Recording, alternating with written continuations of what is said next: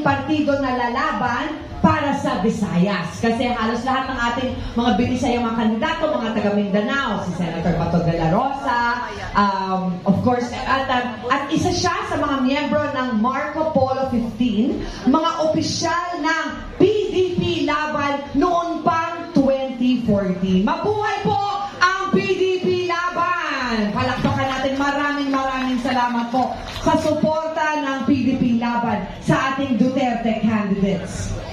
At syempre, siya ang tumulong humikayat kay Mayor Rudy Duterte na tumakbo bilang Pangulo ng Pilipinas sa ilalim ng partido.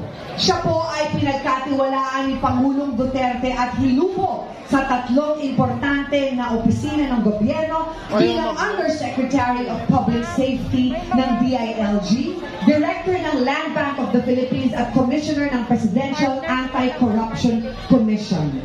Mga kababayan, kapatid at pambato ng Visayas, ang magahinlo sa maduming panggobyerno, aking ipinakikilala ang magiging sunod na senador ng Pilipinas, numero 30 sa balota, Attorney Senator J.B. Hinlo!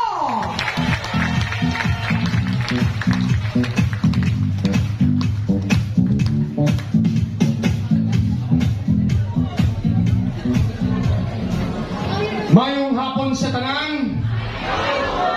Mayong hapon, mga kapartido sa PDP Laban. Naaalala ko pa noong 2014, nung tayo'y humikayat kay Mayor Duterte na tumakbo bilang presidente. Pangalawang grupo tayo, kasunod ni Namar Masanggid na mga barangay captain ng Davao, tayo na tagalabas, pumunta, taga-PDP, pumunta ng Davao at hinikayat ang mayor ng Davao na tumakbo. Bakit? Dahil po sa matagal na panahon, wala pa pong presidente ang Mindanao. Wala. Bakit walang presidente ang Mindanao? Dahil watak-watak ang Mindanao noong mga panahong yun. Susunod sa Team Duterte, kayo po ang magpapanalo sa amin.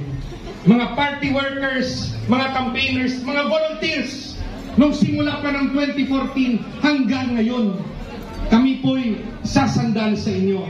PDP Laban, Team Duterte, Congressman Marcoleta, Attorney Vic Rodriguez, Pastor Apollo Kibuloy.